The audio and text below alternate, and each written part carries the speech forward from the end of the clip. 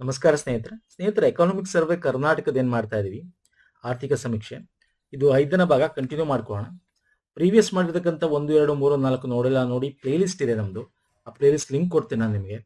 ಆ play list ಹೋಗ್ಬಿಟ್ರೆ ನಿಮಗೆ ಈ ಒಂದು ವರ್ಷದಲ್ಲಿ ಆಗಿರ್ತಕ್ಕಂಥ ಕೇಂದ್ರ ಸರ್ಕಾರದ್ದು ಎಕನಾಮಿಕ್ ಸರ್ವೆ ಬಜೆಟ್, ರಾಜ್ಯ ಸರ್ಕಾರ ಎಕನಾಮಿಕ್ ಸರ್ವೆ ಎಲ್ಲ ಸಿಗುತ್ತೆ ನಿಮಗೆ. ನೋಡಿ ಇವತ್ತು ನಾವು ಮಾಡ್ತಾ ಇರ್ತಕ್ಕಂಥದ್ದು ಏನು ಅಂದ್ರೆ ಆಲ್ರೆಡಿ ಏನು ಕಂಪ್ಲೀಟ್ ಮಾಡಿದೀವಿ ಅಂತ ಹೇಳ್ತೀವಿ. ಈ ಒಂದಷ್ಟು ಕಂಪ್ಲೀಟ್ ಮಾಡಾಗಿದೆ, ಇದು ಮತ್ತೆ ಇದು. ಓಕೆ, ಇವತ್ತು ಮಾಡ್ತಾ ಇರ್ತಕ್ಕಂಥ ಆರ್ಥಿಕ ಮೂಲಭೂತ ಸೌಕರ್ಯಗಳು ತುಂಬಾ ಇಂಪಾರ್ಟೆಂಟ್. ಇದು ಕೂಡ ತುಂಬಾ ದೊಡ್ಡ ಚಾಪ್ಟರ್ ಇದೆ ಇದು. ಮತ್ತೆ ಮಾನವ ಅಭಿವೃದ್ಧಿ ಇದು ಕೂಡ ದೊಡ್ಡ ಚಾಪ್ಟರ್. ಹಂಗಾಗಿ ಇದನ್ನ ಇವತ್ತು ಕಂಪ್ಲೀಟ್ ಮಾಡೋಣ. 10ನೇ ಚಾಪ್ಟರ್ನ 11 ಮತ್ತೆ 12 ಇದೆರಡು ಬೇಕಾದ್ರೆ ನೆಕ್ಸ್ಟ್ 2 ಒಟ್ಟಿಗೆ ಕಂಪ್ಲೀಟ್ ಮಾಡೋಣ, ನೆಕ್ಸ್ಟ್ ಅಲ್ಲಿ ಮುಗಿಸ್ಬೋಣ. ಓಕೆ, ಸೊ PDF ಏನಾದ್ರು ಬೇಕು ಇದ್ರದ್ದು ಕೊಡಬೇಕು ಅಂತಂದ್ರೆ ಕಮೆಂಟ್ ಮಾಡಿ. ಓಕೆ, ಇದ್ರ ಬಗ್ಗೆ ಕನ್ಸಲ್ಟೇಟ್ ಮಾಡಿ ಕೊಡೋಣ. ಫೈನ್ ಸರ್, ನಾನೀಗ ಆರ್ಥಿಕ ಮೂಲಭೂತ ಸೌಕರ್ಯಕ್ಕೆ ಬಂದ್ಬಿಡ್ತೀನಿ. ಆರ್ಥಿಕ ಮೂಲಭೂತ ಸೌಕರ್ಯ ಅಂತಕ್ಕಂಥದ್ದೇನಿದೆ ನೋಡಿ, ಆರ್ಥಿಕ ಮೂಲಭೂತ ಸೌಕರ್ಯ ಅಂತ ಇನ್ಫ್ರಾಸ್ಟ್ರಕ್ಚರ್, ಎಕನಾಮಿಕ್ ಇನ್ಫ್ರಾಸ್ಟ್ರಕ್ಚರ್ ಅಂದ್ರೆ ಏನು? ವಿದ್ಯುತ್ ಆಗಿರ್ಬೋದು, ಸಾರಿಗೆ ಆಗಿರ್ಬೋದು, ಅರ್ಥ ಆಗ್ತಿದೆಯಲ್ಲ, ಮತ್ತೆ ಬ್ಯಾಂಕ್ ಆಗಿರ್ಬೋದು. ನಾನು ಹೇಳ್ತೀನಿ ನೋಡಿ, ಒಂದು ಎನರ್ಜಿ ಅಲ್ವಾ ಸರ್, ಎನರ್ಜಿ ಬರುತ್ತೆ, ಬ್ಯಾಂಕಿಂಗ್, ಇವೆಲ್ಲ ಆರ್ಥಿಕ ಒಳಗೊಳ್ಳುವಿಕೆ, ಕೋಪರೇಟಿವ್. ಓಕೆ, ಮತ್ತೆ ಟ್ರಾನ್ಸ್ಪೋರ್ಟ್, ಮೂಲಭೂತ ಸೌಕರ್ಯ ಬಗ್ಗೆ ಮಾತಾಡ್ತಾ ಇರೋದು. ಸೊ ಅದ್ರ ಬಗ್ಗೆ ಹೇಳ್ತಾ ಹೋಗುತ್ತೆ ಇಲ್ಲಿ. ಸೊ ಕರ್ನಾಟಕ ರಾಜ್ಯ ಕೂಡ ನಮ್ಮ ದೇಶದಲ್ಲಿ ಹೆಂಗೆ ವಿದ್ಯುತ್ಗೆ ಸಂಬಂಧಪಟ್ಟಂತೆ ನಾನ್ ರಿನ್ಯೂಬಲ್ ಎನರ್ಜಿ ರಿಸೋರ್ಸಸ್, ನವೀಕರಿಸಬಹುದಾದ ಇಂಧನಕ್ಕೆ ಉತ್ತೇಜನ ಕೊಡ್ತಾ ಇದೆಯಲ್ಲ, ಹಂಗೆ ರಾಜ್ಯನೂ ಕೂಡ ವ್ಯವಸ್ಥೆ ಸಾಮರ್ಥ್ಯನ ವಿಸ್ತರಣೆ ಮಾಡಿಕೊಂಡು ನವೀಕರಿಸಬಹುದಾದ ಇಂಧನಕ್ಕೆ ಉತ್ತೇಜನ ಕೊಡ್ತಾ ಬರ್ತಾ ಇದೆ. ಜೊತೆಗೆ ವಿದ್ಯುತ್ ಲಾಸ್ ಗಳನ್ನ ತಡಿಬೇಕು ಅಂತ ತುಂಬಾ ಡೀಟೇಲ್ ಆಗಿದೆ. ಅಷ್ಟೊಂದು ಡೀಟೇಲ್ ಬೇಕಾಗಿಲ್ಲ ನಮ್ಗೆ, ಎಕ್ಸಾಮ್ ಪರ್ಸ್ಪೆಕ್ಟಿವ್ ಇಂದ ಏನ್ ಬೇಕು ಹಂಗೆ ನೋಡ್ತಾ ಹೋಗೋಣ. ಸೊ ಫೀಡರ್ ಸೋಲರೈಸೇಷನ್ ಮಾಡ್ತಾ ಇರೋದಾಗಿರ್ಬೋದು, ಸೋಲಾರ್ ಗ್ರಿಡ್ ಗಳನ್ನ ಮಾಡೋದಾಗಿರ್ಬೋದು, ಗ್ರಿಡ್ ಆಟೋಮೇಷನ್ ಆಗಿರ್ಬೋದು, smart metering, okay, prepaid metering ಅಂತ ಎಲ್ಲ ಬರುತ್ತೆ ಇವಾಗೆಲ್ಲ ಹೊಸದಾಗಿ ತಗೋಬೇಕಂದ್ರೆ ಪ್ರೀಪೇಡ್ ಮೀಟರ್ ಕೊಡ್ತಾನೆ. ಹಸಿರು ಇಂಧನ ಕಾರಿಡಾರ್ ಆಗಿರ್ಬೋದು. ಓಕೆ, ಈ ತರದೆಲ್ಲ ಕೂಡ ಒಂದಷ್ಟು ಯೋಜನೆಗಳನ್ನ ತರ್ತಾ ಇದೆ. ಹಾಗಾಗಿ ನಮ್ಮ ಕರ್ನಾಟಕ ಸರ್ಕಾರ ಕೂಡ Karnataka renewable energy development limited ಅಂತ, ಓಕೆ, ಕರ್ನಾಟಕ ನವೀಕರಿಸಬಹುದಾದ ಶಕ್ತಿ ಒಂದು ಡೆವಲಪ್ಮೆಂಟ್ ಮಾಡ್ತಕ್ಕಂಥ ನಿಯಮಿತ ಅಂತಕ್ಕಂಥದ್ದು. ಓಕೆ, ಸೊ ಇದು ಒಂದು ಮುಖಾಂತರ ಇಂಧನ ನೀತಿಯನ್ನು ತಂದಿದೆ 2022-27. This is very important. Simple question sir, Karnataka ನವೀಕರಿಸದ ಇಂಧನ ನೀತಿ ಯಾವ ಇಸ್ವಿಯಿಂದ ಯಾವ ಇಸ್ವಿ ತನಕ ಆಪ್ಷನ್ಸ್ ಕೊಟ್ಬಿಡ್ಬೋದು ನಿಮ್ಗೆ. 25ರಿಂದ 30, 22ರಿಂದ 27 ಹಿಂಗೆಲ್ಲ ಕೊಟ್ಬಿಡ್ಬೋದು. ಓಕೆ, ಏನಪ್ಪಾ ಇದು ಇಂಧನ ನೀತಿ ಅಂದ್ರೆ, ನಮ್ಮಲ್ಲಿ ಸಾರ್ವಜನಿಕ ಹೂಡಿಕೆ ಕೂಡ ಆಗ್ಬೇಕು, ಮತ್ತೆ ಸಾರ್ವಜನಿಕ ಜೊತೆಗೆ ಖಾಸಗಿ ಹೂಡಿಕೆ ಆಗ್ಬೇಕು, ಮತ್ತೆ ನವೀಕರಿಸಬಹುದು ಇಂಧನವನ್ನ ಹೆಚ್ಚು ಮಾಡಬೇಕು, ಮತ್ತೆ ಲಾಸಸ್ ಗಳನ್ನ ಕಮ್ಮಿ ಮಾಡೋದು, ಅದಕ್ಕೆ ತಕ್ಕಂತೆ ಇರ್ತಕ್ಕಂತ ಒಂದು ನಿರ್ಮಿಸಿರ್ತಕ್ಕಂಥ ಒಂದು ಇಂಧನ ನೀತಿ. ಓಕೆ, ಸೊ ಇಲ್ಲಿ ಹೇಳ್ತಾ ಹೋಗುತ್ತೆ ಖಾಸಗಿ ಹೂಡಿಕೆ ಇಷ್ಟಿದೆ, ನಮ್ಮ ಸಾರ್ವಜನಿಕ ಹೂಡಿಕೆ ಇಷ್ಟು ಮೆಗಾವ್ಯಾಟ್ ಇದೆ ಅಂತೆಲ್ಲ. I will show you. ಇಲ್ಲಿ ನೋಡಿ, ಡಿಸೆಂಬರ್ನ ಅಂತ್ಯದ ವೇಳೆಗೆ ನಮ್ಮಲ್ಲಿ ಒಟ್ಟು ಉತ್ಪಾದನಾ ಸಾಮರ್ಥ್ಯ 37,772.95 ಮೆಗಾವ್ಯಾಟ್ ಅಂತೆ. ಅದರಲ್ಲಿ ಸಾರ್ವಜನಿಕ ಪಬ್ಲಿಕ್ ಸೆಕ್ಟರ್ ಇಂದ ಎಷ್ಟು, ಖಾಸಗಿ ಪ್ರೈವೇಟ್ ಸೆಕ್ಟರ್ ಎಷ್ಟು ಅಂತ ಕೊಟ್ಟಿದ್ದಾನೆ. ಇದ್ರ ಜೊತೆಗೆ ನಾನು ತೋರಿಸ್ತೀನಿ, ಡೀಟೇಲ್ ಆಗಿ ತೋರಿಸ್ತೇನೆ. ಇದು ಇಂಪಾರ್ಟೆಂಟ್, ಎಕ್ಸಾಮ್ ಅಲ್ಲಿ ಇಂಥದ್ದೇ ಕೇಳೋದು ಕ್ವಶನ್. ಜೊತೆಗೆ ಗೃಹಜ್ಯೋತಿ ಬಗ್ಗೆನೂ ಕೂಡ ಮಾತಾಡ್ತಾರೆ. ಗೃಹಜ್ಯೋತಿ ಬಗ್ಗೆ ನಿಮ್ಗೆ ಏನ್ ಕೇಳಬಹುದು, ಮೊದಲೆಲ್ಲ ಕೇಳಿದ್ದ ಮೊನ್ನೆ, ಈಗ ರೀಸೆಂಟ್ 3 years ಅಲ್ಲಿ ಇದ್ರ ಬಗ್ಗೆ ಎಲ್ಲ ಕೇಳ್ಬಿಟ್ಟಿದ್ದಾನೆ. ಬಟ್ ಏನ್ ಕೇಳಬಹುದು ಅಂದ್ರೆ, ಈಗ ಒಟ್ಟು ಎಷ್ಟೆಲ್ಲ ಬಳಸ್ತಾ ಇದಾರೆ ಅಂತ ಕೇಳ್ಬೋದು. ಓಕೆ, 1.75 ಕೋಟಿ ನೋಂದಾಯಿತರ, ಇದರಲ್ಲಿ 1.66 ಕೋಟಿ ಗ್ರಾಹಕ ಯೋಜನೆನ ಪಡ್ಕೋತಾ ಇದ್ದಾರೆ. 200 ಯೂನಿಟ್ಗಳಷ್ಟು ಗೊತ್ತಿದೆ. ಇದು ನಿಮಗೆ ಗೊತ್ತಿರಲಿ, ಯಾವಾಗ ಜಾರಿಗೆ ಬಂತು ಅಂತದೆಲ್ಲ ಒಂದೊಂದ್ಸಲ ಹೊಂದಿಸಿ ಬರೆಯೋದು ಕೇಳ್ಬಿಡ್ತಾರೆ. ಇನ್ನು ಸಾರ್ವಜನಿಕವಾಗಿ ಮತ್ತು ಖಾಸಗಿಯಾಗಿ ಎಷ್ಟು ಒಂದು ವಿದ್ಯುತ್ ಸಾಮರ್ಥ್ಯ ಈಗ ಕರ್ನಾಟಕದಲ್ಲಿ ಇದೆ ಅನ್ನೋದು ಗೊತ್ತಿರಬೇಕು. ಇಲ್ಲಿ ಜಲ ವಿದ್ಯುತ್ ಬಗ್ಗೆ ಕೊಟ್ಟಿದ್ದಾನೆ ನೋಡಿ, ಪವನ ಶಕ್ತಿ, ವಿಂಡ್ ಆಗಿರ್ಬೋದು, ಉಷ್ಣ ಶಕ್ತಿ, ಥರ್ಮಲ್ ಆಗಿರ್ಬೋದು, ಅನಿಲ, ಸೌರ, ಮತ್ತೆ ಬಿಡದಿ ತ್ಯಾಜ್ಯದಿಂದ, ಬಿಡದಿ ಹತ್ರ ಇದೆಯಲ್ಲ ಒಂದು ತ್ಯಾಜ್ಯಗಳಿಂದ ಒಂದು ಸೌರಶಕ್ತಿ ತಯಾರಿಸ್ತಕ್ಕಂಥದ್ದು, ಜುರಾಲ ಜಲ ವಿದ್ಯುತ್, ಇದೆಲ್ಲ ಕೊಟ್ಟಿದ್ದಾನೆ ಡೀಟೇಲ್ 2025 ಅಂತ. ಇದು ನೋಡ್ಕೊಳ್ಳಿ.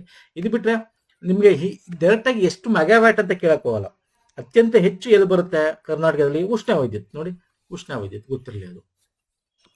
ಓಕೆ, ಖಾಸಗಿ ನೋಡೋದಾದ್ರೆ ಅಲ್ಲೂ ಕೂಡ ಕೊಟ್ಟಿದ್ದಾನೆ. ಬಟ್ ನಿಮಗೆ ಎಕ್ಸಾಮ್ ಅಲ್ಲಿ ಕೇಳಿದ್ರು ಅತ್ಯಂತ ಹೆಚ್ಚು ಯಾವ್ದ್ರಿಂದ? ಉಷ್ಣ ವಿದ್ಯುತ್.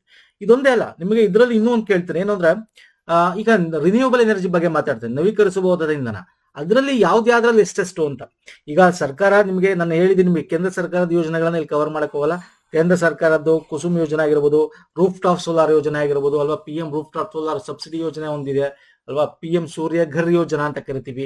ಸೊ ಇವೆಲ್ಲ ಗೊತ್ತಿರಬೇಕು. ಸೊ ಇವೆಲ್ಲ ಮುಖಾಂತರ ನಾವು ಕೂಡ ಕರ್ನಾಟಕದಲ್ಲಿ ಕೇಂದ್ರ ಸರ್ಕಾರದ್ದು ಮತ್ತೆ ಕರ್ನಾಟಕ ಸರ್ಕಾರದ ಮುಖ್ಯಮಂತ್ರಿ ಸೋಲಾರ್ ಯೋಜನಾ ಅಂತ ಇವೆಲ್ಲ ಮಾಡಿಕೊಂಡು ನಾವು ಹೆಚ್ಚು ವಿದ್ಯುತ್ತನ್ನ ನವೀಕರಿಸಬಹುದಾದ ಕಡೆ ಹೋಗ್ತಾ ಇದೀವಿ ಅನ್ನೋದು ಹೇಳ್ತಾ ಹೋಗುತ್ತೆ. ಇದರಲ್ಲೂ ಕೂಡ ಅಷ್ಟೇ ನೀವು ನೋಡೋದಾದ್ರೆ ಪವನ ವಿದ್ಯುತ್ ಈಗ ಒಟ್ಟು ಸ್ಥಾಪಿತ ಸಾಮರ್ಥ್ಯ 2025 ಡಿಸೆಂಬರ್ ತನಕ ಕೊಟ್ಟಿದ್ದಾನೆ. ವಿಂಡ್ ಅಲ್ಲಿ ನೋಡಿ, ವಿಂಡ್ ಅಲ್ಲಿ ನಮಗೆ ಎನರ್ಜಿಲಿ ನಾವು ನಂಬರ್ 1 ಇದೀವಿ ದೇಶದಲ್ಲೇ. ವಿಂಡ್ ಎನರ್ಜಿಲಿ ನಮಗೆ ಪ್ರಶಸ್ತಿ ಕೂಡ ಸಿಕ್ಕಿದೆ. ನನಗೆ ಅದನ್ನು ತೋರಿಸ್ತೇನೆ. ಮಿನಿ ಜಲ ವಿದ್ಯುತ್ತಿಂದ ಎಷ್ಟು ಮೆಗಾವ್ಯಾಟ್ ಉತ್ಪತ್ತಿ ಆಗ್ತಾ ಇದೆ ಸಾಮರ್ಥ್ಯ ಅಂತ ಕೊಟ್ಟಿರ್ತಕ್ಕಂಥದ್ದು. ಹಾಗೆ ಸೌರಶಕ್ತಿ ಸೋಲಾರ್ ರೂಫ್ ಟಾಪ್ ಇಂದ ಎಷ್ಟಾಗ್ತಾ ಇದೆ ಅಂತ ಕೊಟ್ಟಿರ್ಬೋದು. ಪವನ ಮತ್ತೆ ಸೌರ, ಜೈವಿಕ ತ್ಯಾಜ್ಯ ಇಲ್ಲೆಲ್ಲ ನೋಡ್ತಾ ಹೋದ್ರೆ ನಿಮ್ಗೆ ಏನ್ ಅನ್ಸುತ್ತೆ? ಅತ್ಯಂತ ಹೆಚ್ಚು ಪವನದಿಂದ ಬರ್ತಾರೆ, ವಿಂಡ್ ಇಂದ ಬರ್ತಾರೆ. ನಮ್ಮ ನವೀಕರಿಸಬಹುದಾದ ಇಂಧನ ಅಂತ ತಗೊಂಡಾಗ ಓಕೆ, ಥರ್ಮಲ್ಲು ಬಂದು ನಿಮಗೆ ಕೋಲ್ ಯೂಸ್ ಮಾಡ್ತೀವಿ, ಹಾಗಾಗಿ ಅದನ್ನ ತಗೊಳ್ಳಲ್ಲ.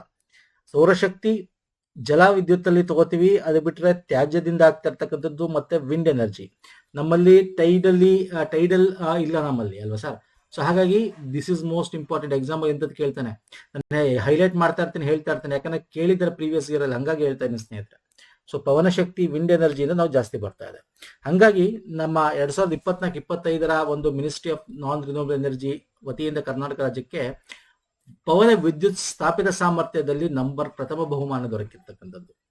ಓಕೆ, ಹಾಗೆ ರೀಇನ್ವೆಸ್ಟ್ಮೆಂಟ್ ಈ ತರ ಗುಜರಾತ್ ಅಲ್ಲಿ ಒಂದು ನಡೀತು, ಅಲ್ಲೂ ಕೂಡ ಭಾಗವಹಿಸಿತು, ಅಲ್ಲೂ ಕೂಡ 4 ಪ್ರಶಸ್ತಿ ಸಿಕ್ಕಿದೆ ಕರ್ನಾಟಕ ರಿನ್ಯೂವಬಲ್ ಎನರ್ಜಿ ಸಂಬಂಧಪಟ್ಟಂತೆ. ಸೋಲಾರ್ ಅಲ್ಲಿ ನಮ್ಮ ಕರ್ನಾಟಕದಲ್ಲಿ ಪಾವಗಡ ಮೊದಲು ಫಸ್ಟ್ ಇತ್ತು, ಈಗ 2ನೇ ಅತಿ ದೊಡ್ಡ ಸೋಲಾರ್ ಪಾರ್ಕ್ ಇರ್ತಕ್ಕಂಥ ಪಾವಗಡದಲ್ಲಿ ಅಲ್ವಾ? ಹಾಗಾದ್ರೆ ಮೊದಲನೇ ಸೋಲಾರ್ ಪಾರ್ಕ್ ಅಲ್ಲಿ ಕಮೆಂಟ್ ಮಾಡಿ, ದಟ್ ಇಸ್ ಹೋಮ್ ವರ್ಕ್ ಅಂದ್ಕೊಳ್ಳಿ. ಮತ್ತೆ ಕಿರು ಜಲ ವಿದ್ಯುತ್ ಅಲ್ಲಿ ಸಾಮರ್ಥ್ಯ 2ನೇ ಅತಿ ಹೆಚ್ಚು ಕಾರ್ಯನಿರ್ವಹಿಸುತ್ತಿರುವ ರಾಜ್ಯ ಅಂತ ಬಂದಿದೆ. ಸೌರ ವಿದ್ಯುತ್ ಸಾಮರ್ಥ್ಯದಲ್ಲಿ 3ನೇ ಅತಿ ಹೆಚ್ಚು ಕಾರ್ಯನಿರ್ವಹಿಸುತ್ತಿರುವ ರಾಜ್ಯ ಅಂತ ಪ್ರಶಸ್ತಿ ಬಂದಿದೆ. ಓಕೆ, ಸೊ ಇವೆಲ್ಲ ಗೊತ್ತಿರಲಿ. ಇನ್ನು ಚೆನ್ನೈನಲ್ಲಿ ನಡೆದಿರ್ತಕ್ಕಂಥ ಒಂದು ಟ್ರೇಡ್ ಸೆಂಟರ್ ನಲ್ಲೂ ಕೂಡ ವಿಂಡರ್ಜಿ ಇಂಡಿಯಾ ಅಂತಕ್ಕಂಥದ್ದು, ಅಲ್ಲೂ ಕೂಡ ವಿಂಡರ್ಜಿ ಅಂದ್ರೆ ವಿಂಡ್ ಎನರ್ಜಿಗೆ ಸಂಬಂಧಪಟ್ಟಂತೆ ಅಲ್ಲೂ ಕೂಡ ನಮಗೆ ಪ್ರಶಸ್ತಿ ಸಿಕ್ಕಿದೆ. ಯಾವುದಕ್ಕೆ? ವಿಂಡ್ ಎನರ್ಜಿಗೆ, ಪವನ ವಿದ್ಯುತ್ಗೆ ಸಂಬಂಧಪಟ್ಟಂತೆ. ಇವೆಲ್ಲ ಪ್ರಶಸ್ತಿ ಮನ್ನಣೆಗಳು ಕರ್ನಾಟಕ ಸರ್ಕಾರ ಸಿಕ್ಕಿದೆ. ಇಂಥವೆಲ್ಲ ಎಕ್ಸಾಮ್ ಅಲ್ಲಿ ಬರ್ತವೆ ಸ್ನೇಹಿತರೆ. ಇನ್ನು ಇದು ವಿದ್ಯುತ್ ಬಗ್ಗೆ ನಾವು ಡಿಸ್ಕಸ್ ಮಾಡಿದ್ವಿ. ಸ್ಮಾರ್ಟ್ ಮೀಟ್ರು ನಾವೆಷ್ಟು ಆಮದು ಮಾಡ್ಕೋತೀವಿ, ಎಷ್ಟು ಕಳಿಸ್ತೀವಿ, ಅವೆಲ್ಲ ಡೀಟೇಲ್ ತುಂಬಾ ಇದೆ. ಅವೆಲ್ಲ ಬೇಕಾಗಿಲ್ಲ, ನಮ್ಗೆ ಎಕ್ಸಾಮ್ ಪರ್ಸ್ಪೆಕ್ಟಿವ್ ಇಂದ ಎಷ್ಟು ಬೇಕೋ ಅಷ್ಟು ನೋಡ್ಕೊಳ್ಳೋಣ. ನೆಕ್ಸ್ಟ್, ಕರ್ನಾಟಕದಲ್ಲಿ ರಸ್ತೆ ಮೂಲಸೌಕರ್ಯಕ್ಕೆ ಸಂಬಂಧಪಟ್ಟಂತೆ ಸಾರಿಗೆ ನೋಡೋದಾದ್ರೆ ಇಲ್ಲೂ ಕೂಡ ನಮ್ಮಲ್ಲಿ ಎಷ್ಟು ಕೋಟಿ ಇನ್ವೆಸ್ಟ್ ಮಾಡಿದೀವಿ, ರಾಜ್ಯ ಹೆದ್ದಾರಿ, ರಾಷ್ಟ್ರ ಹೆದ್ದಾರಿ ಇವೆಲ್ಲ ಏನ್ ನಡೀತಾ ಇದೆ, ಜಿಲ್ಲಾಗಳು, ಇದ್ರ ಬಗ್ಗೆ ಒಂದಿಷ್ಟು ಇಂಪಾರ್ಟೆಂಟ್ ಇದೆ. ಅದಕ್ಕೆ ನಾವು ಏಷ್ಯಾ ಡೆವಲಪ್ಮೆಂಟ್ ಬ್ಯಾಂಕ್ ಇಂದ ಆಗಿರ್ಬೋದು ಅಥವಾ ನಬಾರ್ಡ್ ಇಂದ, ರೂರಲ್ ಇನ್ಫ್ರಾಸ್ಟ್ರಕ್ಚರ್ ಡೆವಲಪ್ಮೆಂಟ್ ಫಂಡ್ ವತಿಯಿಂದ ಕೂಡ ನಮಗೆ ದುಡ್ಡು ಸಿಗ್ತಾ ಇದೆ ಅಂತ ಹೇಳುತ್ತೆ. ನಾನು ಇದರಲ್ಲಿ ಮುಖ್ಯವಾಗಿ ಏನ್ ಕೇಳ್ತಾನೆ ಅಂದ್ರೆ ಎಕ್ಸಾಮ್ ಅಲ್ಲಿ ಪ್ರೀವಿಯಸ್ ಕೂಡ ಕೇಳಿದ್ದಾನೆ. ಈ ಒಂದು ಎಕನಾಮಿಕ್ ಸರ್ವೆ ಇಂದ ಏನ್ ಕೇಳ್ತಾನೆ, 2025-26ನೇ ಸಾಲಿನ ತನಕ ಒಟ್ಟು ಎಷ್ಟು ಕಿಲೋಮೀಟರ್ ನಮ್ಮ ರಾಜ್ಯದಲ್ಲಿ ರಾಷ್ಟ್ರೀಯ ಹೆದ್ದಾರಿ ಇದೆ ಗೊತ್ತಿರಬೇಕು. ಹೊಂದಿಸಿ ಬರೆಯಿರಿ ಅಥವಾ ಏರಿಕೆ ಕ್ರಮದಲ್ಲಿ ಬರೆಯಿರಿ ಅಥವಾ ಇಳಿಕೆ ಕ್ರಮದಲ್ಲಿ, ಈ ತರ ಎಲ್ಲ ಕೇಳ್ತಾನೆ ಸ್ನೇಹಿತರೆ. ರಾಜ್ಯ ಹೆದ್ದಾರಿ ಎಷ್ಟಿದೆ ಈಗ ಅಟ್ ಪ್ರೆಸೆಂಟ್ ಅಂತ ಗೊತ್ತಿರಬೇಕು. ಜಿಲ್ಲಾ ಮುಖ್ಯ ರಸ್ತೆ ಎಷ್ಟಿದೆ ಅಂತ ಗೊತ್ತಿರಬೇಕು. ಮುನ್ಸಿಪಾಲ್ ರಸ್ತೆಗಳು ಎಷ್ಟಿದೆ ಅಂತ ಗೊತ್ತಿರಬೇಕು. ಗ್ರಾಮೀಣ ರಸ್ತೆ ಅತ್ಯಂತ ಹೆಚ್ಚಿರೋದು ಗ್ರಾಮೀಣ ರಸ್ತೆ, ದಟ್ ಇಸ್ ಮ್ಯಾಕ್ಸ್ ಇರೋದು. ಅದು ನೆಕ್ಸ್ಟ್ ಯಾವ್ದಿದೆ? ಮುನ್ಸಿಪಾಲ್, ಆಮೇಲೆ ಯಾವ್ದು ಬರುತ್ತೆ ಅಲ್ಲ, ಅದು ನೆಕ್ಸ್ಟ್ ಜಿಲ್ಲಾ ರಸ್ತೆಗಳು ಬರುತ್ತೆ, ಸೆಕೆಂಡ್ ಒನ್. ಆಮೇಲೆ ಬಂದು ನಿಮಗೆ ಮುನ್ಸಿಪಾಲ್ ರಸ್ತೆಗಳು ಬರುತ್ತೆ, ಆಮೇಲೆ ರಾಜ್ಯ ಹೆದ್ದಾರಿ ಬರುತ್ತೆ, ಆಮೇಲೆ ರಾಷ್ಟ್ರ ಹೆದ್ದಾರಿ ಬರುತ್ತೆ. ಓಕೆ, ಇದು ಕೂಡ ಗೊತ್ತಿರಲಿ ಆಯ್ತಾ. ಇದನ್ನ ಎಕ್ಸಾಮ್ ಅಲ್ಲಿ ಕೇಳ್ತಾರೆ, ಎಷ್ಟು ಕಿಲೋಮೀಟರ್ ಇದೆ ಭಾರತದ ಕರ್ನಾಟಕದಲ್ಲಿ ಅಂತ ಹೇಳಿ. ಸೊ ಇದು ಕೂಡ ಅಪ್ರಾಕ್ಸಿಮೇಟ್ ತಿಳ್ಕೊಂಡ್ರೆ ಸಾಕು, ನಿಮ್ಗೆ ಅಪ್ರಾಕ್ಸಿಮೇಟೇ ಕೇಳೋದು. ಓಕೆ, ಎಕ್ಸಾಕ್ಟ್ ಅಲ್ಲಿ ಡೇಟಾ, ಯಾಕಂದ್ರೆ ಇವ್ನು ಕೇಳಬೇಕಾದ್ರೆ ಇನ್ನೂ ಸ್ವಲ್ಪ ಜಾಸ್ತಿ ಆಗಿರುತ್ತೆ. ಅದ್ರ ಜೊತೆಗೆ ಇಲ್ಲಿ ತುಂಬಾ ಡೀಟೇಲ್ಸ್ ಇದೆ. ರಸ್ತೆ ಹಾಗೆ ಇಷ್ಟೊಂದು ಇಲ್ಲಿ ಕಾಮಗಾರಿ ಮಾಡ್ತಾ ಇದೀವಿ, ಮೇಲ್ದರ್ಜೆಗೆ ಇರಿಸ್ತಾ ಇದೀವಿ, ಅವೆಲ್ಲ ಬೇಕಾಗಿಲ್ಲ.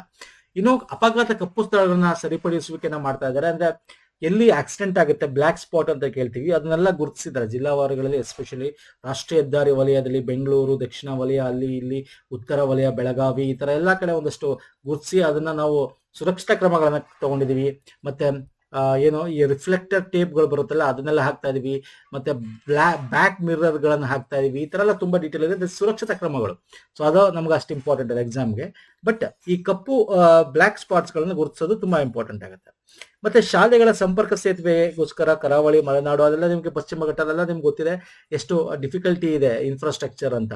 ಎಸ್ಪೆಷಲಿ ಗ್ರಾಮೀಣ ಪ್ರದೇಶ, ಗುಡ್ಡಗಾಡು ಪ್ರದೇಶದಲ್ಲಿ ಅಲ್ಲಿ ಕೂಡ ಈ ಒಂದು ಯೋಜನೆ ಅಡಿ ಒಂದಷ್ಟು ಕಾಲು ಸುಂಕಗಳು, ಒಂದಷ್ಟು ಸುರಕ್ಷಿತ ದಾಟುವಿಕೆಗಳನ್ನ ನಾವು ನಿರ್ಮಾಣ ಮಾಡ್ತಾ ಇದೀವಿ ಅಂತ ಹೇಳ್ತಾರೆ. ಜೊತೆಗೆ ಇಲ್ಲಿ ಆಡಳಿತಾತ್ಮಕ ಸುಧಾರಣೆ ಅಡಿಯಲ್ಲಿ ನೋಡಿ, ಲೋಕೋಪಯೋಗಿ ಇಸ್ ವೆರಿ ಇಂಪಾರ್ಟೆಂಟ್. ರಸ್ತೆಗಳಾಗಬೇಕು ಅಂದ್ರೆ ಈ ರಸ್ತೆ ಬಗ್ಗೆ ಮಾತಾಡ್ತಾ ಇದೀವಿ. ಇಲ್ಲಿ ಗುಂಡಿಗಳಾಗುತ್ತಲ್ಲ ಅದನ್ನ ಸರಿಪಡಿಸ್ತವ್ರೆ ಯಾರೋ, ಸುಮ್ಮನೆ ಇಲ್ಲಿ ಹೇಳ್ತಾರೆ ಇದೆಲ್ಲ ಮಾಡಿದೀವಿ ಅಂತ, ಬಟ್ ಅವ್ರ ಹತ್ರ ಫಂಡ್ ಇಲ್ಲ. ಇಲ್ಲಿ ಏನ್ ಹೇಳ್ತಾರೆ ಅಂದ್ರೆ ಪ್ರತಿ 35 ಕಿಲೋಮೀಟರ್ ಲೋಕೋಪಯೋಗಿ ರಸ್ತೆಗೆ ಒಬ್ಬರಂತೆ ರಸ್ತೆ ನಿರ್ವಾಹಕರನ್ನು ನಿಯೋಜಿಸುವ ಅಂಶವನ್ನು ಆಡಳಿತ ಸುಧಾರಣೆ ಒಳಗೊಂಡಿರುತ್ತದೆ ಅಂತ ಹೇಳ್ತಾರೆ. ಎಕ್ಸಾಂಪಲ್ ಇಂಥದ್ದು ಕೇಳ್ತಾನೆ, ವೆರಿ ಇಂಪಾರ್ಟೆಂಟ್. 35 ಕಿಲೋಮೀಟರ್ಗೆ ರಸ್ತೆ ನಿರ್ವಾಹಕ ನಿಯೋಜಿಸುವ ಅಂಶಗಳು ಅಂದ್ರೆ ಏನರ್ಥ, 35 ಕಿಲೋಮೀಟರ್ಗೆ ಏನಾದ್ರು ಗುಂಡಿ ಒಬ್ಬೊಬ್ಬ ಆತರ ಇದುಗಳನ್ನ ಗುಂಡಿಗಳಿದ್ರೆ ಅಲ್ಲಿ ನಾವು ರಸ್ತೆ ನಿರ್ವಾಹಕ ನಿಯೋಜಿಸುವ ಅಂಶಗಳು ಅಂದ್ರೆ ಅಷ್ಟು ಕಿಲೋಮೀಟರ್ ಒಬ್ಬ ನೋಡ್ಕೋಬೇಕು, ಅಲ್ಲಿ ಗುಂಡಿ ಆಗಿದ್ರೆ ಮುಚ್ಚಿಸ್ಬೇಕು, ಈ ರೀತಿ. ಓಕೆ, ಸೊ ಇದೇ ಅದು. ಅವ್ರಿಗೋಗಿ ಕೇಳೋರು ಏನ್ ಹೇಳ್ತಾರೆ, ಫಂಡ್ ಇಲ್ಲ ಅಂತಾರೆ ಅಷ್ಟೇ, ಅಥವಾ ಟೆಂಡರ್ ಆಗಿಲ್ಲ ಅಂತಾರೆ ಅಷ್ಟೇ. ಓಕೆ, ನೆಕ್ಸ್ಟ್ ಬರ್ತೇನೆ, ಸಾರಿಗೆ ವಲಯದ ಸುಧಾರಣೆ ಮತ್ತು ಸುಸ್ಥಿರ ಚಲನಶೀಲತೆ ಅಂತೇಳಿ. ಸಾರಿಗೆ ವಲಯ ಸುಧಾರಣೆ ಅಂದ ತಕ್ಷಣ ಅಗೇನ್ ಸಾರಿಗೆ ವಲಯಗಳಲ್ಲಿ ಸುಧಾರಣೆ ಅಂದ್ರೆ ಸೇಫ್ಟಿಯಿಂದ ಆಗಿರ್ಬೋದು, ಎಲೆಕ್ಟ್ರಿಫಿಕೇಶನ್ ಮಾಡಿರೋದ್ರಿಂದ ಆಗಿರ್ಬೋದು, ಮತ್ತೆ ನಮ್ಮ ಗೃಹ ಜ್ಯೋತಿ ಮಹಿಳೆಯರಿಗೆ ಗೃಹ ಶಕ್ತಿ ಯೋಜನೆ ಆಗಿರ್ಬೋದು. ಓಕೆ, ಗೃಹ ಜ್ಯೋತಿಯಲ್ಲ ಶಕ್ತಿ ಯೋಜನೆ. ಸೊ ಇವೆಲ್ಲ ಕೂಡ ವೆರಿ ಇಂಪಾರ್ಟೆಂಟ್ ಆಗುತ್ತೆ. ಈ ಶಕ್ತಿ ಯೋಜನೆ ಬಗ್ಗೆ ತುಂಬಾ ಮಾತಾಡ್ಬೇಕಾಗುತ್ತೆ, ಅದರಿಂದ ಎಷ್ಟು ಉಪಯೋಗ ಆಗಿದೆ ಅಂತ ಅದು ಮುಂದೆ ಹೇಳೋಣ. ಜೊತೆಗೆ ಇಲ್ಲಿ ಗ್ರೀನ್ ಗ್ಲೋಬಲ್ ವರ್ಲ್ಡ್ ಓಕೆ ದೃಷ್ಟಿಗೆ ಅನುಗುಣವಾಗಿ ರಾಜ್ಯ ವಾಯು ಮಾಲಿನ್ಯ ನಿಯಂತ್ರಿಸಲು ವಿದ್ಯುತ್ ಬ್ಯಾಟರಿ ಚಾಲಿತ LPG, NCG, CNG ಕಡಿಮೆ ಶೂನ್ಯ ಮಾಲಿನ್ಯ ಉಂಟಾಗುವ ವಾಹನ ಸಕ್ರಿಯವಾಗಿ ಉತ್ತೇಜಿಸುತ್ತೆ. ಗ್ರೀನ್ ಗ್ಲೋಬಲ್ ವರ್ಲ್ಡ್ ಗೊತ್ತಿರಬೇಕಿದು. What is green global world ಅಂದ್ರೆ ಎಲ್ಲಿ ಈ ಒಂದು ಕಾರ್ಬನ್ ಎಮಿಷನ್ ನ ಕಮ್ಮಿ ಮಾಡ್ತಕ್ಕಂಥ ವೆಹಿಕಲ್ ಗಳನ್ನ, ವಾಯು ಮಾಲಿನ್ಯ ನಿಯಂತ್ರಿಸತಕ್ಕ ವೆಹಿಕಲ್, ಅದು ವಿದ್ಯುತ್ ಆಗಿರ್ಬೋದು, CNG ಆಗಿರ್ಬೋದು, LPG ಈ ತರದಗಳನ್ನ ನಾವು ಅಳವಡಿಸ್ಕೊಳ್ತಾ ಇರ್ತಕ್ಕಂಥದ್ದು. ಇದರಡಿ ಒಂದಷ್ಟು ಎಲೆಕ್ಟ್ರಿಕ್ ಬಸ್ಗಳನ್ನ ಕೂಡ ನಾವು KSRTC ಬಸ್ ತಗೊಂಡಿದೀವಿ ಅಂತ ಹೇಳ್ತಾರೆ. That not much important. ಇನ್ನು ಹಸಿರು ತೆರಿಗೆ ಬಳಕೆ, ಇದು ಕೂಡ ಹಸಿರು ತೆರಿಗೆಗಳನ್ನ ವಿಧಿಸ್ತಾ ಇದ್ದಾರೆ, ನಿಮ್ಗೆ ಗೊತ್ತಿರಬೇಕು. ಹಸಿರು ತೆರಿಗೆ ಅಂದ್ರೆ ಎಲ್ಲಿ ನಾವು ಎನ್ವೈರನ್ಮೆಂಟ್ ರಿಲೇಟೆಡ್ ಪ್ರಾಜೆಕ್ಟ್ ಗಳು ಇರ್ತಲ್ಲ, ಬೇರೆ ಬೇರೆ ಕಡೆ ಇರುತ್ತಲ್ಲ, ಅದನ್ನೆಲ್ಲ ಕಂಪನ್ಸೇಟ್ ಮಾಡೋಕ್ಕೋಸ್ಕರ ತೆರಿಗೆಗಳನ್ನ ಮಾಡ್ತಾರೆ. ಅದನ್ನ ಅವರು ಏನ್ ಮಾಡ್ತಾರೆ ಅಂದ್ರೆ ಅಡ್ವರ್ಟೈಸ್ಮೆಂಟ್ ಮಾಡ್ತಾ ಇದ್ದಾರೆ. ಇದಕ್ಕೆ ನೀವು ಹೆಚ್ಚು ಒತ್ತು ಕೊಡಬೇಕು ಅಂತ ಹೇಳಿ ನಮ್ಮ ವಾರ್ತಾ ಮತ್ತು ಸಾರ್ವಜನಿಕ ಸಂಪರ್ಕ ಇಲಾಖೆ ಮುಖಾಂತರ LED ವಾಹನಗಳ ಮೂಲಕ LED ಹಾಕಿ ರೇಡಿಯೋ ವಾಹಿನಿಗಳಲ್ಲಿ, ಹೋರ್ಡಿಂಗ್ಸ್ ಗಳಲ್ಲಿ ಏನಪ್ಪಾ ಇದನ್ನು ವಾಯುಮಾಲಿನ್ಯ ನಿಯಂತ್ರಣ ಕಾರ್ಯಗಳಿಗೆ ಸರ್ಕಾರ ಮಾರ್ಗದರ್ಶಕದಲ್ಲಿ ಬಳಕೆ ಮಾಡುತ್ತಿದೆ ಅಂತ. ಅಂದ್ರೆ ಈ ತೆರಿಗೆನ ನಾವು ವಸೂಲಿ ಮಾಡ್ತಾ ಇರ್ತಕ್ಕಂಥದ್ದು ಏನಿದೆ ಎಂಟರ್ಟೈನ್ಮೆಂಟ್ ಗಳಲ್ಲಿ ಬೇರೆ ಬೇರೆ ಕಡೆಯಿಂದ, ಯಾರೋ ಹಸಿರು ತೆರಿಗೆ ಬಳಕೆ ಅಂತ ಹೇಳಿ, this is also much important ನಮಗೆ ಒಂದು ವಾಯುಮಾಲಿನ್ಯ ಕಮ್ಮಿ ಮಾಡೋಕ್ಕೋಸ್ಕರ. ಸೊ ದಟ್ ನಮಗೆ ಈ ಕಾರ್ಬನ್ ಕೊಳ್ಳ ಅಂತ ಏನ್ ಕರಿತೀವಿ, ಓಕೆ, ಅಂದ್ರೆ ಕಾರ್ಬನ್ ಸಿಕ್ವೆಟ್ರೈಸೇಷನ್ ಅಂತ ಏನ್ ಕರಿತೀವಿ, ಅದು ಆಗ್ತಕ್ಕಂಥದ್ದಾಗತ್ತೆ. ಇನ್ನು ಸೀಸಿಂಗ್ ಯಾರ್ಡ್ ಅಂತ, ಮೋಟರ್ ವಾಹನ ಕಾಯ್ದೆ ಪ್ರಕಾರ ಎಲ್ಲಾ ಕಡೆ ಡಾಕ್ಯುಮೆಂಟ್ ಇಲ್ದೇ ಇರೋದು, ಅದು ಇದು ಅಕ್ಕಟ್ಟಿಲ್ದೇ ಇರೋದು, ಎಲ್ಲ ಆಕ್ಸಿಡೆಂಟ್ ಆಗಿ ತಗೊಂಡೋಗ್ತಾರೆ. ಎಲ್ಲಾ ಕಡೆ ಹಂಗೆ ಬರ್ದಿರ್ತಾರೆ, ರೋಡ್ಗಳಲ್ಲಿ ನಿಲ್ಸಿರ್ತಾರೆ. ಬೆಂಗಳೂರು ಕಡೆ ನೋಡ್ರೆ ಗೊತ್ತಿರುತ್ತೆ ನಿಮಗೆ. ಹಾಗಾಗಿ ಅವುಗಳನ್ನ ಒಂದು ಕಡೆ ನಿಲ್ಗಡೆ ಮಾಡ್ಬೇಕು ಅಂತ ಸೀಸಿಂಗ್ ಯಾರ್ಡ್ ಗಳನ್ನ ಮಾಡ್ಬೇಕು ಅಂತ ಹೇಳಿ ಮಾಡ್ತಾರೆ. ಸೀಸಿಂಗ್ ಯಾರ್ಡ್, ದೇವನಹಳ್ಳಿಲಿ ಸೀಸಿಂಗ್ ಯಾರ್ಡ್ ನಿರ್ಮಾಣ ಕಾಮಗಾರಿನೂ ಕೂಡ ಮಾಡ್ತಾ ಇದ್ದಾರೆ. ತುಮಕೂರು, ಮಂಗಳೂರು, ಓಕೆ, ಇಲ್ಲೂ ಕೂಡ ಮಾಡ್ತಾ ಇದ್ದಾರೆ. ಶಕ್ತಿ ಯೋಜನೆಯು ಅಳೆಯಬಹುದಾದ ಸಾಮಾಜಿಕ ಆರ್ಥಿಕ ಫಲಿತಾಂಶ ನೀಡುವಲ್ಲಿ ಪ್ರಮುಖ ಪಾತ್ರ ವಹಿಸಿದೆ. ಶಕ್ತಿ ಯೋಜನೆ ಬಗ್ಗೆ ಹೇಳ್ತಾರೆ. ಇದರಿಂದ ಉದ್ಯೋಗದಲ್ಲಿ ಮಹಿಳೆಯರ ಭಾಗವಹಿಕೆ ಜಾಸ್ತಿ ಆಗಿದೆ. ಮನೆಯಿಂದ ಬಿಟ್ಟು ಈಚೆ ಮಹಿಳೆಯರು ಬರ್ತಾ ಇದ್ದಾರೆ. ಅವರ ದುಡ್ಡು ಕೂಡ ನಾವು ಶಕ್ತಿ ಯೋಜನೆ ಮುಖಾಂತರ ಮಾಸಿಕ 30ರಷ್ಟು ಕೂಡ ನಾವು ಉಚಿತ ಬಸ್ ಪ್ರಯಾಣ ಕೊಡ್ತಾ ಇರೋದ್ರಿಂದ ಅವ್ರಿಗೆ ದುಡ್ಡು ಕೂಡ ಉಳಿತಾಯ ಆಗ್ತಾ ಇದೆ, ಆರ್ಥಿಕತೆ ಅವ್ರಿಗೂ ಆಗ್ತಾ ಇದೆ ಅಂತ ಇದೆ. ಇದ್ರ ಮುಖಾಂತರ ಈ ಅನುಷ್ಠಾನದ ಪರಿಣಾಮಗಳು ಅಂತ ಹೇಳಿ M2M ಮೀಡಿಯಾ ನೆಟ್ವರ್ಕ್ ಮುಖಾಂತರ ಒಂದು ಸರ್ವೆ ಕೂಡ ಮಾಡಿರ್ತಾರೆ 2023ರಲ್ಲಿ. ಅದ್ರ ಬಗ್ಗೆ ಹೇಳ್ತಾರೆ. ಈ ಶಕ್ತಿ ಯೋಜನೆಯಿಂದ ಮಹಿಳೆಯರ ಪಾಲ್ಗೊಳ್ಳುವಿಕೆ ಏನಿದೆ ಸಕಾರಾತ್ಮಕವಾಗಿ 52% 64% ಏರಿಕೆ ಆಗಿದೆ. ಮಹಿಳೆಯರ ದೈನಂದಿನ ಸಾರಿಗೆ ಬಳಕೆ ಕೂಡ ಜಾಸ್ತಿ ಆಗಿದೆ, 20ರಿಂದ 27% ಏರಿಕೆ ಆಗಿದೆ. ಶಕ್ತಿ ಯೋಜನೆ 50ರಷ್ಟು ಮಹಿಳೆಯರು ಉದ್ಯೋಗ ಮಾಡಲು ಉತ್ತೇಜನ ಕೊಟ್ಟು ಕೂಡ ಸಿಕ್ಕಿದೆ. ಧನಾತ್ಮಕ ವೇಗವರ್ತಾಗಿ ಕಾರ್ಯನಿರ್ವಹಿಸ್ತದೆ ಅಂತ ಇದ್ರ ಬಗ್ಗೆ ಅಷ್ಟು ನಮಗೆ ಪಾಸಿಟಿವ್ ಇದೆ ಅನ್ನೋದ್ರ ಬಗ್ಗೆ ಕೂಡ ಹೇಳ್ತಾರೆ. ಅಂದ್ರೆ ಇದೆಲ್ಲ ನಿಮ್ಗೆ ಎಕ್ಸಾಮ್ ಅಲ್ಲಿ ಕೇಳ್ತೀನಿ, ಇವೆಲ್ಲ ಇಂಪಾರ್ಟೆಂಟ್ ಪಾಯಿಂಟ್ಸ್ಗಳು. PSI, KS, IAS ಬರ್ತಿರಲ್ಲ, ಇವೆಲ್ಲ ಯುಟಿಲೈಸ್ ಮಾಡ್ಕೋಬೇಕು. ಅದರ ಹಾಗೂ ಹೋಗೋಳು ಪ್ರೋಸ್ ಅಂಡ್ ಕಾನ್ಸ್ ಅಂತೀವಿ. ಪ್ರೋಸ್ ಬೇರೆ, ಕಾನ್ಸ್ ಬೇರೆ. ಓಕೆ, ಅದರ ಉಪಯೋಗ ಅನಾನುಕೂಲ ಎರಡು ಗೊತ್ತಿರಬೇಕು ನಿಮ್ಗೆ. ನೆಕ್ಸ್ಟ್ ಇನ್ನು 2026-27 ಕರ್ನಾಟಕ ಸಾರಿಗೆ ನಿಗಮ ಏನಿದೆ 1500 ಹೊಸ ಬಸ್ಗಳನ್ನು ಪರಿಚಯಿಸ್ತಾ ಇದೆ. ಕೇಂದ್ರ ನೆರವು ಮುಖಾಂತರ ಬೇರೆ ಬೇರೆ ಒಂದು ಎಲೆಕ್ಟ್ರಿಕ್ ಬಸ್ಗಳ ಒಂದು ನೆರವು ಏನಿದೆ ಸ್ಕೀಮ್ಸ್ಗಳು, ಸೊ ಅದ್ರ ಮುಖಾಂತರ ಮಾಡ್ತಾ ಇದೆ. ಇನ್ನು ಪ್ರತಿ ಬಸ್ಗೆ 2 ಕಣ್ಗಾಳು ಕ್ಯಾಮರಾ, ಒಂದು ಮುಂದ್ಗಡೆ ಏನಾರು ಆಗ್ತಾ ಇದೆಯಾ ಅಂತ ಆಕ್ಸಿಡೆಂಟ್ ಆದಾಗ ಅದನ್ನು ಕ್ಯಾಮರಾದಲ್ಲಿ ಸೆರೆ ಹಿಡಿಯುತ್ತೆ. ಇನ್ನೊಂದು ಬಸ್ ಒಳಗೆ ಸುರಕ್ಷತೆ ಪಾರದರ್ಶಕ, ಬಸ್ ಒಳಗೆ ಏನಾರು ಆದ್ರೆ ಅಂತ ಹೇಳಿ ಬಸ್ ಒಳಗೊಂದು ಬಸ್ನ ಡ್ಯಾಶ್ ಬೋರ್ಡ್ ಅಲ್ಲಿ ಮುಂದ್ಗಡೆ ಏನಾರ ಆಕ್ಸಿಡೆಂಟ್ ಆದ್ರೆ ಏನಾದ್ರೆ ಅದ್ರ ಬಗ್ಗೆ ಡೀಟೇಲ್ಸ್ ಸಿಗ್ಲಿ ಅಂತ 2. ಇನ್ನು ತನ್ನ ಉದ್ಯೋಗ ಸಾಮಾಜಿಕ ಭದ್ರತೆ ಕೊಡಬೇಕಲ್ಲ, ಅದು ಕೂಡ ಕೊಡ್ತಾ ಇದ್ದಾರೆ. ಉದ್ಯೋಗದಲ್ಲಿದ್ದಾಗ ಅಥವಾ ಹೊರಗಡೆ ಇದ್ದಾಗ ಅಪಘಾತ ಆದ್ರೆ 1 ಕೋಟಿ ಅಪಘಾತ ವಿಮೆ ಇರುತ್ತೆ, ಅಥವಾ ಅಕಾಲಿಕ ಮರಣ ಆದ್ರೆ 20 ಲಕ್ಷ ಅವರ ಒಂದು ಅವಲಂಬಿತರಿಗೆ ಕೊಡೋದಾಗಿರ್ಬೋದು. ಜೊತೆಗೆ ಚಿಕಿತ್ಸಾ ಅವರ ಅವಲಂಬಿತರಿಗೂ ಕೂಡ ಏನಾದ್ರು KSRTC ಕೆಲಸ ಮಾಡೋ ಅವ್ರ ಫ್ಯಾಮಿಲಿ ಅವರು ಕೂಡ KSRTC ಆರೋಗ್ಯ ಅಂತಕ್ಕಂಥದ್ದು ಕೂಡ ವೈದ್ಯಕೀಯ ಚಿಕಿತ್ಸಾ ಯೋಜನೆಗಳನ್ನ ಅದು ಮಾಡ್ಕೊಂಡಿದೆ. ಸೊ ಇವೆಲ್ಲದರಿಂದ ಆರ್ಥಿಕವಾಗಿ ನಾವು ಎಲ್ಲರನ್ನೂ ಒಳಗೊಳ್ತಾ ಇದೀವಿ ಅನ್ನೋದ್ರ ಬಗ್ಗೆ ಹೇಳ್ತಾ ಹೋಗುತ್ತೆ. ಮತ್ತೆ ಈ ಬೆಂಗಳೂರು ಮಹಾನಗರ ಪಾಲಿಕೆ BMTCಗಳಿಂದ ದಿವ್ಯ ದರ್ಶನ ಅಂತ ಒಂದು ದಿನದ ಪ್ಯಾಕೇಜ್ ಕೂಡ ಇದೆ. ಬೆಂಗಳೂರು ಸುತ್ತಮುತ್ತ ಕರ್ಕೊಂಡು ಹೋಗಿ ತೋರಿಸ್ತಕ್ಕಂಥ ಸಾಂಸ್ಕೃತಿಕ ಪ್ರವಾಸೋದ್ಯಮ ಇಲಾಖೆ ನಗರ ಸಾರಿಗೆ ಜೊತೆಗೆ ಸಂಯೋಜನವಾಗಿ ಮಾಡ್ತಿರ್ತಕ್ಕಂಥ ಒಂದು ಯೋಜನೆ ಇದೆ. ಇನ್ನು ಇದು ಬಿಟ್ರೆ ಘಾಟಿ ಮತ್ತೆ ಇಶಾ ಫೌಂಡೇಶನ್ ಚಿಕ್ಕಬಳ್ಳಾಪುರ ಹತ್ರ ಇದೆಯಲ್ಲ ಇಶಾ ಅಲ್ಲಿ, ಓಕೆ, ಕೊಯಮತ್ತೂರಲ್ಲ. ಸೊ ಅಲ್ಲಿಗೆ ಹೋಗೋದವ್ರಿಗೆ ಕೂಡ ಏನಿದೆ ವಾರಕ್ಕೊಂದ್ಸಲ ಒಂದು ಯಾತ್ರೆಗಳ ರೀತಿ ಒಂದು ಬಸ್ ಫೆಸಿಲಿಟಿ ಕೂಡ ಮಾಡ್ಕೊಂಡಿದೆ. ಓಕೆ, ಇದಿಷ್ಟು ಇದ್ರದ್ದು ಪ್ರಮುಖವಾಗಿ ಸ್ನೇಹಿತರೆ. ಇನ್ನು ಇದು ಬಿಟ್ರೆ ನಗರ ಅಭಿವೃದ್ಧಿ ಆಗಬೇಕು, ನಗರದ ರೈಲುಗಳು ಅಭಿವೃದ್ಧಿ ಆಗಬೇಕು, ಮತ್ತೆ ಸಮುದ್ರ ಮೂಲ ಸೌಕರ್ಯ ಅಂದ್ರೆ ಕರಾವಳಿ ತೀರಗಳನ್ನ ಸಂರಕ್ಷಣೆ ಮಾಡೋದಾಗಿದೆ, ಬಂದರುಗಳ ಡೆವಲಪ್ಮೆಂಟ್ ಬಗ್ಗೆ ಮಾತಾಡ್ತಾ ಹೋಗುತ್ತೆ ಇದ್ರಲ್ಲಿ. ಇವೆಲ್ಲ ಕೂಡ ಆರ್ಥಿಕವಾಗಿ ಒಳಗೊಳ್ಳತಕ್ಕಂಥದ್ದು. ಇಲ್ಲಿ ಬೆಂಗಳೂರು ಅಂದ ತಕ್ಷಣ ನಿಮ್ಗೆ ಗೊತ್ತಿದೆ, ಅಲ್ಲಿ ಎಷ್ಟು ಬೆಂಗಳೂರು ಸಿಗ್ನೇಚರ್ ಬಿಸ್ನೆಸ್ ಪಾರ್ಕ್, ಎಲ್ಲಿ ಟ್ರಾಫಿಕ್ ಕಂಜೆನ್ಷನ್, ಇವೆಲ್ಲ ನಮ್ಮ ಕೇಂದ್ರದ ಬಜೆಟ್ ಅಲ್ಲೂ ಮತ್ತೆ ಎಕನಾಮಿಕ್ ಸರ್ವೆಲ್ಲೂ ಕೂಡ ಹೇಳಿದ್ರು ಎಷ್ಟು ಟೈಮ್ ವೇಸ್ಟ್ ಆಗ್ತಾ ಇದೆ ಅಂತ. ಹಂಗಾಗಿ 2+2 ಮೇಲ್ ಸೇತುವೆ ನಿರ್ಮಾಣಕ್ಕೆ ಇಷ್ಟು ಕೋಟಿ ಕೊಟ್ಟಿದ್ದೀವಿ ಅಂತ ಹೇಳ್ತಾರೆ. ಸೊ ಇವೆಲ್ಲ ನಮಗೆ ಅಷ್ಟು ಇಂಪಾರ್ಟೆಂಟ್ ಅಲ್ಲ. ಅಂದ್ರೆ ಒಟ್ಟಿನಲ್ಲಿ ಸಾರ್ವಜನಿಕವಾಗಿ ದಟ್ಟಣೆಯನ್ನ, ಟ್ರಾಫಿಕ್ ಕಂಜೆಷನ್ ಕಮ್ಮಿ ಮಾಡಬೇಕು ಅಂತ ಹೇಳಿ ಅಂಡರ್ಗ್ರೌಂಡ್ ಆಗಿರ್ಬೋದು, ಫ್ಲೈ ಓವರ್ಗಳಾಗಿರ್ಬೋದು, ಇವೆಲ್ಲ ಮಾಡ್ತಾ ಇದೀವಿ ಅಂತ ಹೇಳ್ತಾರೆ. ಹಾಗೆ rail infrastructure development company K RIDE ಮೂಲಕ 50.50 ಇದರ ಜೊತೆಗೆ ಬೈಯಪ್ಪನಹಳ್ಳಿ, ಹೊಸೂರು ಆಗಿರ್ಬೋದು, ಯಶವಂತಪುರ, ಚನ್ನಸಂದ್ರ ಈ ತರದ ನಡುವೆಗಳಲ್ಲಿ ನಾವು ಕನೆಕ್ಟಿವಿಟಿಗಳನ್ನ ಇಂಪ್ರೂವ್ ಮಾಡ್ತಾ ಇದೀವಿ. ಮತ್ತೆ ಮೆಟ್ರೋಗೆ ಸಂಬಂಧ ಬಗ್ಗೆ ಕೂಡ ಮಾತಾಡ್ತಾರೆ, ಮೆಟ್ರೋ ಬಗ್ಗೆ ಮಾತಾಡ್ತಾರೆ. ಹಾಗೆ ಕರ್ನಾಟಕ ಕಿರುಬಂದರು ವ್ಯಾಪಾರ ಮತ್ತು ಆದಾಯ ಉತ್ಪಾದನೆಯಲ್ಲಿ ಕಿರುಬಂದರು ಕೂಡ ಬಗ್ಗೆ ಮಾತಾಡ್ತಾರೆ. ಕಿರುಬಂದರು ಮೈಕ್ರೋ ಏನ್ ಹೇಳ್ತೀವಿ ನಾವು ಪೋರ್ಟ್ಸ್ಗಳು, ಅಲ್ಲಿ ಮಾಡೋದ್ರಿಂದ ಏನಾಗುತ್ತೆ, ದೊಡ್ಡ ಪೋರ್ಟ್ಗಳಲ್ಲಿ ಒಂದು ಏನು ಒತ್ತಡ ಇರುತ್ತೆ ಅದು ಕಮ್ಮಿ ಮಾಡ್ಬೋದು. ಜೊತೆಗೆ ಈ ಕನೆಕ್ಟಿವಿಟಿಗೆ ಕೂಡ ಇದು ತುಂಬಾ ಈಸಿ ಆಗುತ್ತೆ. ಹಾಗಾಗಿ ನಾವು ಕರ್ನಾಟಕದಲ್ಲಿ ಕಿರುಬಂದರುಗಳನ್ನ ಡೆವಲಪ್ ಮಾಡ್ತಾ ಇದೀವಿ. This is very important for infrastructure and ಮೂವ್ಮೆಂಟ್ಗೋಸ್ಕರ ಅಂತ. ಇನ್ನು ಕರಾವಳಿ ಸಮುದ್ರ ಕೊರೆತಕ್ಕೆ ಸಂಬಂಧಪಟ್ಟಂತೆ ಅದಕ್ಕೆ ಪ್ರತಿಬಂಧಕಗಳನ್ನು, ತಡೆಗೋಡೆಗಳನ್ನು ನಿರ್ಮಾಣ ಮಾಡ್ತಾ ಇದೀವಿ ಅಂತ ಹೇಳ್ತಾರೆ. ಮತ್ತೆ ಬೆಂಗಳೂರು ಮೆಟ್ರೋ 3ನೇ ಹಂತವನ್ನು ನಾವು ಈಗ ಚಾಲೂ ಮಾಡಿದೀವಿ. ಇದು ನಿಮ್ಗೆ ಗೊತ್ತಿರಬೇಕು, ಆಗಸ್ಟ್ 2025 ಪ್ರಧಾನಿ PM ಅವರ ಬಂದು ಉದ್ಘಾಟನೆ ಮಾಡಿರ್ತಾರೆ, ಫೌಂಡೇಶನ್ ಸ್ಟೋನ್ ಆಗಿರ್ತಾರೆ, ಮತ್ತೆ ಬೇರೆ ಒಂದು ಮೆಟ್ರೋ ಉದ್ಘಾಟನೆ ಮಾಡಿರ್ತಾರೆ. ಇದು ಕೆಂಪಾಪುರ, JP ನಗರ 4ನೇ ಹಂತದ ಕೆಂಪಾಪುರ ಹೊಸಳ್ಳಿ ಕಡೆಯಿಂದ ಹೋಗ್ತಕ್ಕಂಥ ಒಂದು ಯೋಜನೆ. ನಾನು ಇದ್ರ ಬಗ್ಗೆ ಡೀಟೇಲ್ ಕೊಡ್ತೀನಿ ನಿಮಗೆ. ಒಟ್ಟು ಪ್ರಧಾನಿಯವರು 19 ಕಿಲೋಮೀಟರ್ ಬೆಂಗಳೂರು ಮೆಟ್ರೋದ 2ನೇ ಹಂತದ ಹಳದಿ ಮಾರ್ಗನ ಉದ್ಘಾಟನೆ ಮಾಡಿ 3ನೇ ಹಂತದಕ್ಕೆ ಶಂಕುಸ್ಥಾಪನೆ ಕೂಡ ಮಾಡಿ ಹೋಗಿರ್ತಾರೆ ಅವರು. ಓಕೆ, ಇದರಲ್ಲಿ ಪರ್ಪಲ್ ಲೈನ್ ಅಂತ ಬರ್ತೀವಲ್ಲ, ಎಕ್ಸ್ಟ್ರಾ ಇನ್ಫಾರ್ಮೇಶನ್ ಸ್ನೇಹಿತರೆ, ನಿಮಗೆ ಸರ್ವೆಗಳು ಸಿಗಲ್ಲ, ನಾನು ನಿಮಗೆ ಕೊಡ್ತಾ ಇರೋದು. ಎಕ್ಸಾಮ್ ಅಲ್ಲಿ ಇದನ್ನು ಕೇಳಿರ್ತಾ ಮೊನ್ನೆ, ಯಾವಾಗ ರೀಸೆಂಟ್ 2 years ಬ್ಯಾಕ್ ಕೂಡ ಕೇಳಿದ್ದ. ಹಾಗಾಗಿ ಸುದ್ದಿ ನಿಮಗೆ ಕೇಳ್ತೇನೆ. ಪರ್ಪಲ್ ಲೈನ್ ಅಂದ್ರೆ ಎಲ್ಲಿಂದ ಎಲ್ಲಿ ತನಕ ಕನೆಕ್ಟಿವಿಟಿ ಇರಬೇಕು, ಗ್ರೀನ್ ಲೈನ್ ಅಂದ್ರೆ ಎಲ್ಲಿಂದ ಎಲ್ಲಿ ತನಕ ಎಷ್ಟು ಸ್ಟೇಷನ್ಸ್ ಬರ್ಬೋದು, ಯೆಲ್ಲೋ ಲೈನ್ ಅಂತ ನಾನು ಇಲ್ಲಿ ತೋರಿಸ್ತೀನಿ ನಮಗೆ. ಪರ್ಪಲ್ ಲೈನ್ ನೋಡ್ಕೊಳ್ಳಿ, ಯೆಲ್ಲೋ ಲೈನ್ ನೋಡ್ಕೊಳ್ಳಿ, ಬ್ಲೂ ಲೈನ್ ನೋಡ್ಕೊಳ್ಳಿ, ಆರೆಂಜ್ ಲೈನ್ ನೋಡ್ಕೊಳ್ಳಿ, ಆಯ್ತಾ, ಗ್ರೀನ್ ಲೈನ್ ನೋಡ್ಕೊಳ್ಳಿ. ಇಲ್ಲೆಲ್ಲ ಇದೆ, ಡೀಟೇಲ್ ಆಗಿ ನೋಡ್ಕೊಳ್ಳಿ ಎಲ್ಲಿಂದ ಎಲ್ಲ ಕನೆಕ್ಟಿವಿಟಿ ಆಗುತ್ತೆ ಅಂತ. ಸೊ ಇಂಥದ್ದು ಎಕ್ಸಾಮ್ ಅಲ್ಲಿ ಕೇಳ್ತಾನೆ ಸ್ನೇಹಿತರೆ. Okay, orange line very important. ಇದೇ ಆರೆಂಜ್ ಲೈನ್ ಈಗ 3ನೇ ಹಂತದ್ದು ಅಲ್ವಾ, ಆರೆಂಜ್ ಲೈನ್ 3ನೇ ಹಂತ, phase 3 Bengaluru metro.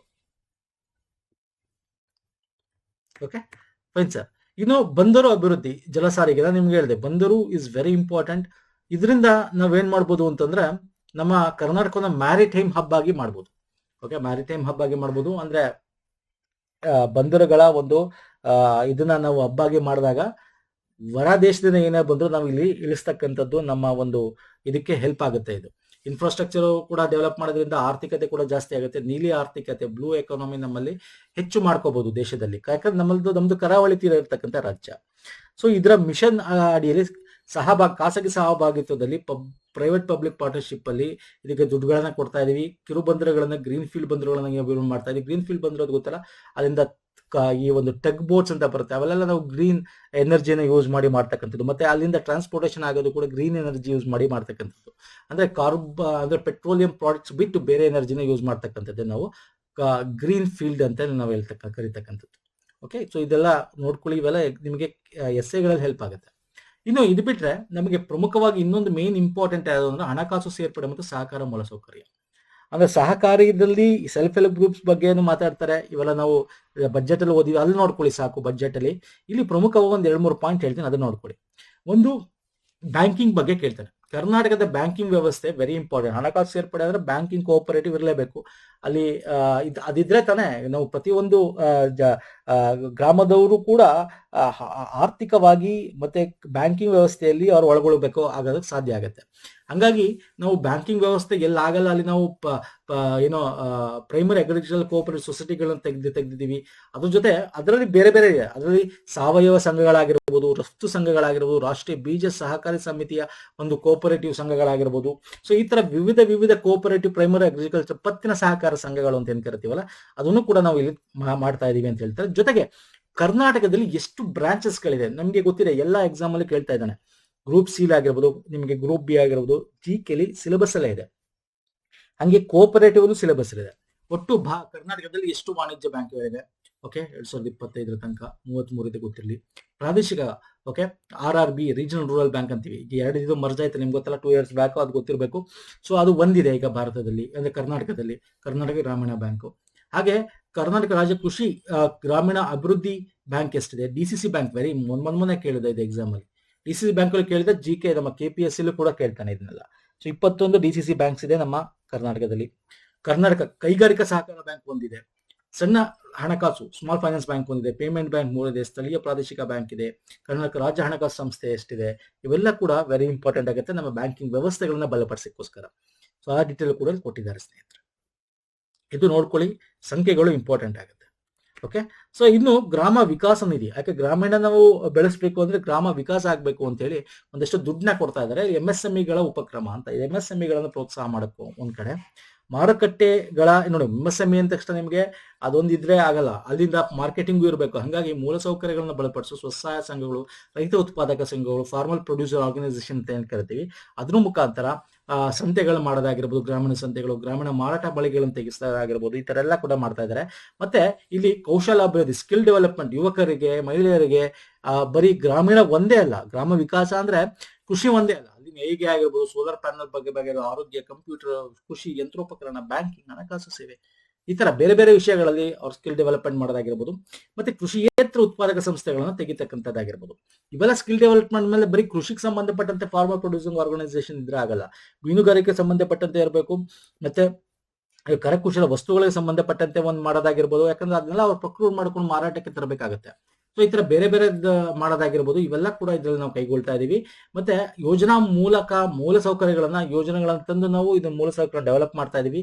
Especially GI tag ಹೊಂದಿರತಕ್ಕಂಥದ್ದು, especially ಕರ್ನಾಟಕದ ಮುಖ್ಯವಾದ ಮಾವು ಇದೆ, ಕರಿ ಇಶಾದ್ ಅಂತ, ಹೊಯ್ಸಳ ಶಿಲ್ಪಕಲೆ ಇದೆ, ತಿಪಟೂರು ತೆಂಗು ಇದೆ, ಸಾಣಿಕಟ್ಟ ಉಪ್ಪು ಇದೆ, ಕುಂಬಿ ಮುಡ್ಲಿ ಗೆಡ್ಡೆ ಇದೆ, ಈ ತರ ತುಂಬಾ.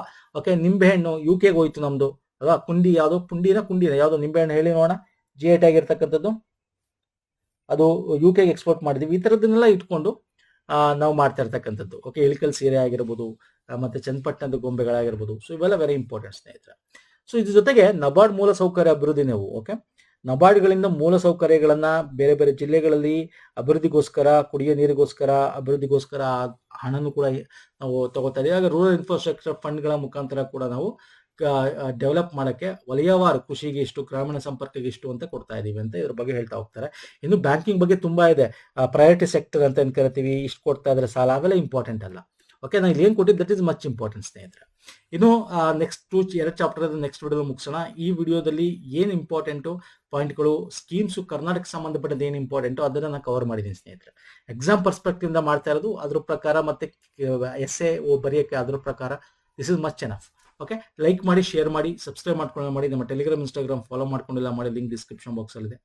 ಓಕೆ, ನೋಡೋಣ, PDF ಬೇಕು ಅನ್ನೋ ಕಮೆಂಟ್ ಮಾಡಿ. ನೆಕ್ಸ್ಟ್ ವಿಡಿಯೋ ಆದ್ಮೇಲೆ ಅದ್ರ ಬಗ್ಗೆ ಕನ್ಸಾಲಿಡೇಟ್ ಮಾಡ್ಕೊಳ್ಳೋಣ, ನೆಕ್ಸ್ಟ್ ವಿಡಿಯೋದಲ್ಲಿ ಕಂಪ್ಲೀಟ್ ಮಾಡ್ಕೊಳ್ಳೋಣ. ಓಕೆ ಸರ್, ನಮಸ್ಕಾರ, ಧನ್ಯವಾದಗಳು.